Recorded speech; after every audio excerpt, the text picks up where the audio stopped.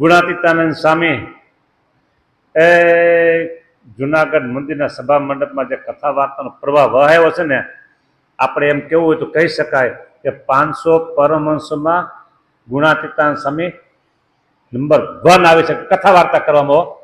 એટલી કથા વાર્તાઓ કરીને જુનાગઢના એ સભા મંડપમાં.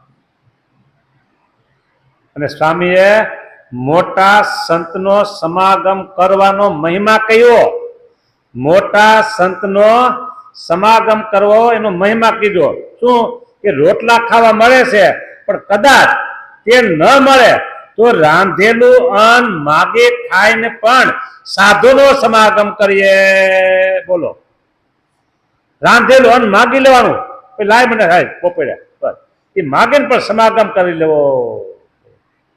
નિકર એ કાચા દાણા ખાઈને પણ સમાગમ કરી લેવો.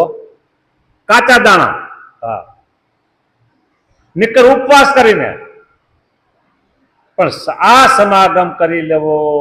અથવા લીમડો ખાઈને, નહીં તો વાયુ ભક્ષણ કરીને. બોલો, મહારાજે 4 મહિના વાયુ ભક્ષણ કર્યું હતું. કઈ જગ્યાએ? પુલાશ્રમમાં.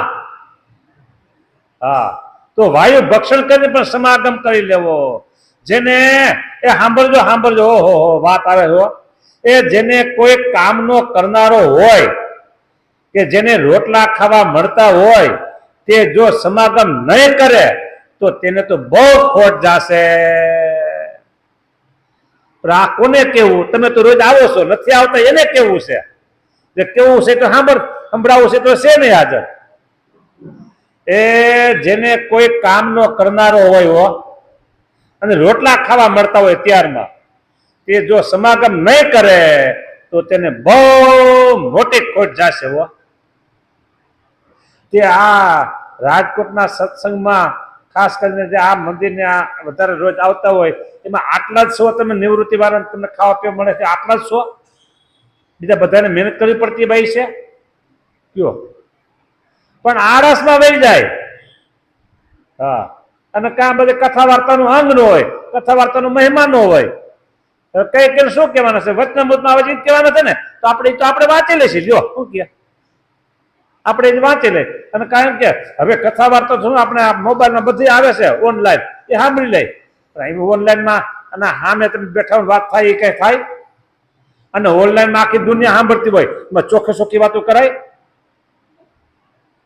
ઘરની વાત છે ને એ ઘરમાં જ કરાય, ઘરના ઉમરા બહાર ન કરાય. એમ ઓનલાઈનમાં જે કથા આવતી હોય ને, એ બધા સાંભળેલી હોય. અને અહીંયા જે કથા વાર્તા છે ને, ઘરના ઉમરાની અંદર કથા વાર્તા કરી છે. અહીંયા તો ખુલ્લી વાત. હા,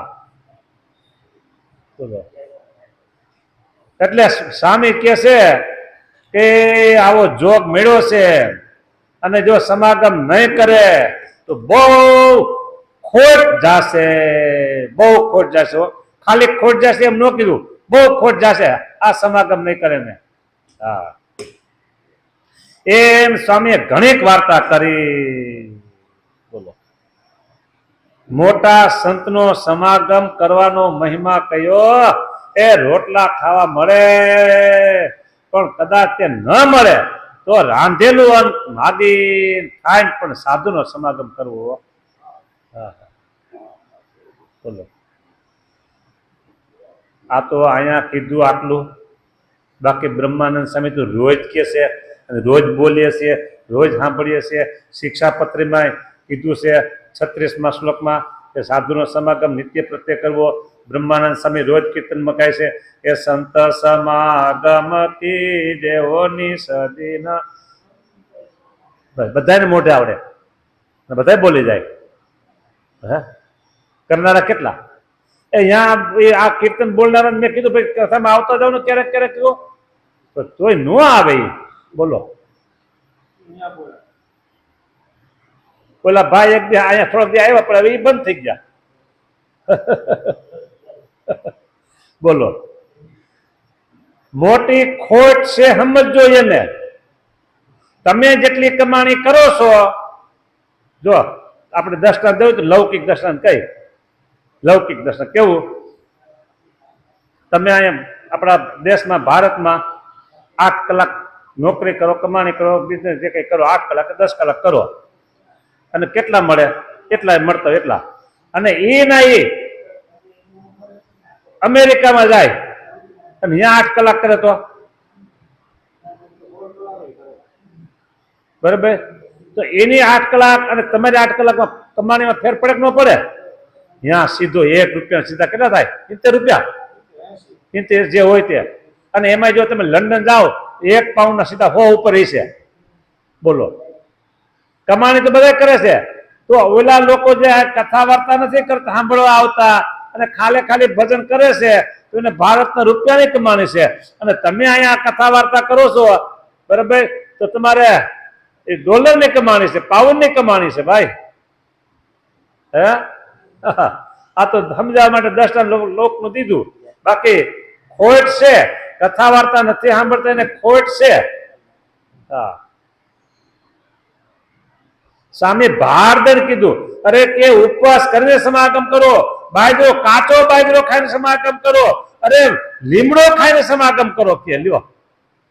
બોલો, એ બાજરો આમાં આવ્યું ને શું કીધું જો કે કાચો, કાચા દાણા ખાઈને. એટલે હું તમને વાત કરી દઉં, દાણા ખાઈને કાચા. અમારા ગુરુએ ચાતુર્માસમાં વડતાલ અભ્યાસ કરતા ત્યારે નિયમ લીધું, 4 મહિના હોય ને ચાતુર્માસના 4 મહિના. તો પહેલા મહિનામાં લોખો બાજરો પલાળીને ખાવાનો, બીજું કાંઈ નહીં હો, બાજરો. પછી બીજા મહિનામાં ઘઉં. બાજરો ચાવવો હેલો, ઘઉં કાચા ન ચવાય. એટલે ઘઉંને પાણીમાં મીઠાવાળા પાણી પલાળી દેવાના. પછી એનું માટલું હોય, ઠીબ હોય ને માટલાની ઠીબ, એમાં હુકાઈને પછી શેકી નાખવાના. એટલે થઈ જાય દાળિયા જેવું ફરસું. 1 મહિનો આવું, પછી 1 મહિનો દાળ અને 1 મહિનો ચોખા. 4 મહિના હો, બીજું કાંઈ નહીં. આવું એને કીધું. એટલે કોરા દાણા ખવાય છે ખરા, એ સાબિત થઈ ગયું. હા, એ સાંભળો જો સામે શું કે છે, જેને કોઈ કામનો કરનારો હોય અથવા જેને રોટલા ખાવા મળતા હોય, તે જો સમાગમ નહીં કરે તો તેને તો બહુ ખોટ જશે. ખોટ જશે આટલું કીધું તો વાંધો નહોતો. સ્વામી કે બહુ ખોટ જશે એટલે મોટી ખોટ પડે ને. બોલો, હે, આવી વાતું છે. એમ ઘણી વાર્તા કરી. એ આવા સાધુની વાતોની ગતિ તો કાળના જેવી છે, એ દેખાય જ નહીં, પણ અજ્ઞાન તાળી નાખે. જો આવા સાધુની વાતોને શું કીધું? કાળના જેવી ગતિ છે. વાતોની ગતિ કેવી કીધી? કાળના જેવી. કાળની ગતિ એટલે શું? કાળ સતત ચાલુ છે. તમને દેખાય છે કોઈને? જો તમારા છોકરા નાના હોય 6 મહિનાનું અને 6 મહિના વહી જાય અને એ છોકરો પછી ભાખડે ભરાલતો થઈ જાય, ઉભા હાલતો થઈ જાય, 2 વર્ષ થાય એટલે બોલતો થઈ જાય, હાલતો થઈ જાય. એ છોકરો 5 વર્ષનો થાય એટલે બોલો, તમે કેવું સમજે હોતે આપણે આમ નથી જવું, આમ કરવું છે, આમ કરવું છે. એ 10 વર્ષ થાય એટલે બધું સમજે પછી તો કાળની ગતિ દેખાનું તમને. એ મોટો કેવી રીતે થયો દેખાનો? તમે નાનો છોડ વાવ્યો, આંબાનો છોડ વાવ્યો કે બીજા કોઈ નાના ફૂલ છોડ વાવ્યા, દેખાય છે?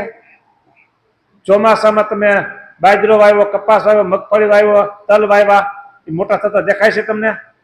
પણ કાળની ગતિ એટલે 5 દી ગયા, 15 દી ગયા, 20 દી ગયા, ગતિ હાલે છે, એ મોટા થતા રહે છે. એમ મોટા સાધુની, આવા સાધુની વાતોની ગતિ તો કાળના જેવી છે, તે દેખાય નહીં પણ અજ્ઞાન તાળી નાખે. હવે તમને કહું, અહીંયા દરરોજ જે કથા વાર્તા સાંભળવા આવો છો, દરરોજ તમે દરરોજ જે કથા વાર્તા સાંભળવા આવો છો, તમને કઈ લાગે છે કે 2 વર્ષ પહેલા તમારા જીવન કેવા હતા? ભગવાનના સંબંધે, ભગવાનનો મહિમા, ભગવાનની આજ્ઞા પાડવી, ભજન કરવું, અને અત્યારે ભગવાનનું પ્રત્યક્ષપણું મનાય, એ બોલો 2 વર્ષ પહેલા હતું, એમાં અત્યારે તમને કઈ ફેર દેખાય છે ખરો? કાંઈ જો લ્યો, તો એ કાળની ગતિ દેખાય નહીં, પણ તમારા અંતોવૃદ્ધિને પામ્યા ને. કયો એટલે આવા સાધુની વાતોની ગતિ તો કાળના જેવી છે, એ દેખાય નહીં. પણ અજ્ઞાન ટાળી નાખે. જેટલું ભગવાનને સમજવામાં આપણે ખામી હતી અજ્ઞાન, આજ્ઞાપણામાં ખામી હતી અજ્ઞાન, ભજન ભક્તિમાં ખામી હતી અજ્ઞાન, અને આપણા જીવમાં હૃદયમાં જે ભગવાનનો મહિમા પ્રગટપણું અને પ્રત્યક્ષપણું સર્વોપરીપણું, બરાબર, એ જે એમાં ખામી હતી એ બધું અજ્ઞાન ટળી ગયું. અને અત્યારે આપણે થાય હા હા હા આ ભગવાન તો મારા ભેગા જ છે. આ ભગવાન તો મારા ભેગા જ છે. બોલો, સારંગપુરનું પેલું વચનામૃત આપણે પેલા વાંચ્યું ને, કેટલું કીધું. હવે અજ્ઞાન ટાળી નાખે. જેમ બાળકમાંથી જુવાન થાય ને વૃદ્ધ થાય તે દેખાતું નથી, તેમ બીજે ઠેકાણે જેટલું કામ એક કલ્પે થાય છે એટલું કામ અહીં એક દિવસે થાય છે. અને અક્ષરના મુક્તને પણ સમજવામાં કસર રહી ગઈ હોય તો તેને પણ અહીં ભગવાન ભેળું કસર ટાળવા આવવું પડે છે. બોલો, હવે કેવી રીતે અક્ષરધામના મુક્તને આવવું પડે એમ સાંભળજો. તમે પેલા જે સમજો એ પછી હું તમને કહું. અક્ષરધામના મુક્તને પણ સમજવામાં કસર રહી ગઈ, સમજવામાં કસર રહી ગઈ હોય તો તેને પણ અહીં ભગવાન ભેળું કસર ટાળવા આવવું પડે છે. અત્યારે જે કોઈ છો અહીંયા, એને તમે ભગવાનને સમજવામાં ખામી રહી ગઈ, ભગવાનને સમજવામાં ખામી રહી ગઈ, અને તમે ભજન ભક્તિ કરેલા અક્ષરધામમાં તો ગયા પણ ખામી રહી ગઈ, તો ભગવાન એની ઉપર થોડી કૃપા કરે અને જ્યાં પોતાનું પ્રગટપણું હોય ત્યાં લઈ જાય. અને ત્યાં પછી કોઈક સાધુનો સમાગમ દે મારા દેવાનો કોકનો, અને ખામી પછી ટાળે. બીજું કામ કેવું નામ દેવું બધે. હા, જો કાચા અક્ષરધામમાં ગયા તો પાછું આવવું પડશે, ધક્કો થાય બીજો. માટે ભગવાનને સમજવામાં કસર રાખવી નહીં. અહીંયા શબ્દ મૂક્યો છે અક્ષરના મુક્તને પણ, એટલે અક્ષરના એટલે અક્ષરધામના સમજવામાં કસર રહી ગઈ, ભગવાનને સમજવામાં ખામી રહી ગઈ. હા, આ ભગવાન આવા છે, સર્વોપરી, સર્વાવતારી, સર્વના કારણ. એમાં જો ખામી રહી ગઈ તો પાછું આવવું પડે. અને ઘણા લોકો એમ કે છે ને કે અવતારો અને ભગવાન સામે બધા હરખા જ છે, એમાં ભેદ નાના મોટા ભેદ શું છે એમાં? કે બધા ભગવાન ભગવાન આવું કે છે. બોલો, હા, પેલા એ રૂપે આવ્યા હતા, પછી આ રૂપે આવ્યા, પછી આ રૂપે આવ્યા, ત્યારે આ રૂપે આવ્યા કે છે. બરાબર, આવું કોણ કે છે, શું કે છે એ આપણે જાણવાની જરૂર નથી, પણ આવું કે છે એટલે આપણે કહીએ કે આ પ્રમાણે આપણા શાસ્ત્રો પ્રમાણે એ સમજણમાં થોડી કચાશ તો છે. અને ભગવાન ધામમાં પાસે જાહે ખરા, ધક્કો થાય બીજો. હા, મને છે ને એક વાત બહુ ધક્કો છે ને, અમારે જવું હતું અમેરિકા, મેં વાત એક બે વખત કરી હતી, અને મેં ગયા મુંબઈ, બરાબર, પ્રોસેસ બધી કરવા.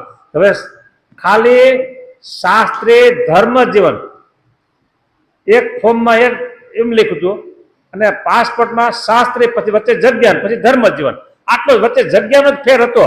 તો અમારે મુંબઈથી અહીંયા આવવું પડ્યું. ક્યાં? વીરસદ વડતાલ. હા, હવે ટિકિટ ભાડા સમય બધું ધક્કો કેટલો માથે થાય. તો આમાં જો ભગવાનને ઓળખવામાં ખામી રહી ગઈ ને તો ધક્કો થાય. માટે સમજવામાં કસર કે રાખવી જ નહીં. સર્વોપરી ને સદા સાકાર છે, સહજાનંદ ભગવાન જીવનું મફત કરે કલ્યાણો. કઈ આપણે આપવું પડે છે? ખાલી સમજણ ફેરવાની છે, એટલે મફત કલ્યાણ છે. આ મફત કલ્યાણની પેઢી એટલે સ્વામિનારાયણ ભગવાન. લ્યો, આપણે સમજણ ખાલી ફેરવવાની છે, અને રાજી થાય એવા સાધન કરવાના. બસ રાજી થાય એવા સાધન કરવા. સાધનના કથા વાર્તા કીર્તન ધૂન ભજન વ્રત ઉપવાસ નિયમ દર્શન કરવું, બધું એ સાધન બધા છે. જો જય સ્વામિનારાયણ.